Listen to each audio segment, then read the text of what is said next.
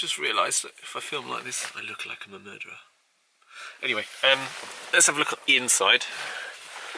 Stuff that you get. You get a wash basin. That's my own. You have to buy your own washing up liquid. This table comes away. It's kept in here. I'll move that out of the way. So that fixes to there. I got given tons of the gas. This is included in the price. With most companies you pay extra, and that's about I think it's about 1200 krona, which is about £9. You don't want to see that. That's my money. Oops. Alright, that's my own food, so you don't need to see that. I basically got an empty container for food. This is the stuff that you get cutlery wise. So you get everything you need basically. So you get plates, knives, a lighter, which I've never needed, bottle opener, cups, everything really in that one. This, by the way, it's not the book. It's a guide for the vehicle and what to do. Patches if you break the window. Oops. Get one of my shoes out of the way. Down here you've got water, and then all cooking utensils. Again, which is just about everything you need. Kettles, 2 pans, cups, colander, perfect for pasta and rice. The last thing is the cooker. Let me get rid of that. I'll get a dustpan and brush. You can't see that because it's so dark in here and I'm in the way. Alright, the cooker.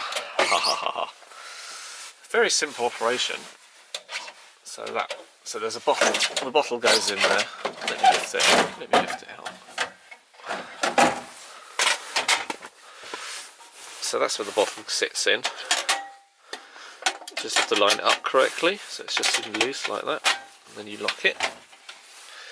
Then on the side, you actually pull that down to engage the bottle inside, and this is the bit that was fun a day or so ago. So then you turn it on by turning it all the way to the left, and then you click, which then sets the spark off on the left there. Little sparker thing. Anyway, I turned this on in the morning to make some coffee, and I started doing other things and wasn't really paying attention. And then I don't know what I was thinking, but I suddenly thought something's not wrong with it. Something is wrong with it, sorry. And I came up, and this was turned all the way around. I won't do it now. So this was down in this position. And for some stupid reason, I turned it this way, clockwise, and then turned it back and click to spark. And what I didn't realise was that the gas had been leaking out of the top here and hadn't lit. And the setup where it is, I went boom, and an almighty boof, flames. I wish I had caught it on camera because it would have looked quite spectacular. Nobody else came running, so it can't have been that big an explosion. But I did smell some burning hair, so I think I lost some hair somewhere. So I haven't got a lot anyway, but anyway, whether it was eyebrows, fortunately I wear glasses so my eyes were fine. But beware. So overall, I have no complaints about Snail. The van is fine. It's bigger than I've been looking at other vans from other companies. There are loads of them in Iceland. Loads of companies, loads of buses. Happy campers, cozy campers. I can keep naming them. They, generally speaking, the small. When I was looking to order, the amount I paid for this one, which gives me enough headroom to sit in and cook in, the amount I spent for this one with Snail would have got me a smaller, I think they're called Volkswagen Caddies, I might be wrong on the brand, but basically the roof is lower, you can't sit in it. The way it's arranged is the kitchen stuff is on the back, and then where I'm sitting is the bed, and it goes underneath, and all your stuff is there. You have nowhere to sit inside.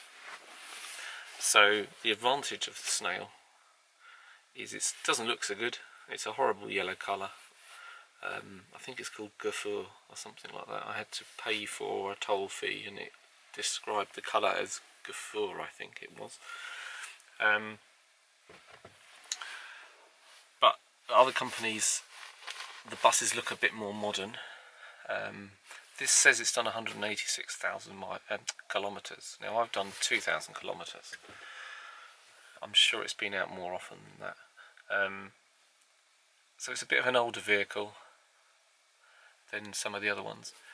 Again, my one another drawback, which is not really a big deal, but it did affect me, was again going back to the photography, using the battery when to recharge batteries when the engine's not on. Now on the modern buses, I've seen it with Cozy Campers. I don't think the Happy Campers one had it. Some of the other companies have more modern buses. They have a readout, electronic readout, that tells you the health of the battery, and then advise you on how long you can run the battery for when the engine's off. So, in other words, if you're powering things like computers, coolers, or anything else essential like that, you can tell whether you're overdoing it. So, for example, with this bus, now the heater is quite loud. I only would turn it on for 10 minutes. That would heat the thing pretty completely, which is perfect just to drop off to sleep. But I would never have it on continuously because I don't know how that would affect the battery. And the modern buses with the readout, you could tell what the reading is and not to go below a certain reading to kill the battery. That would be very, very handy to have.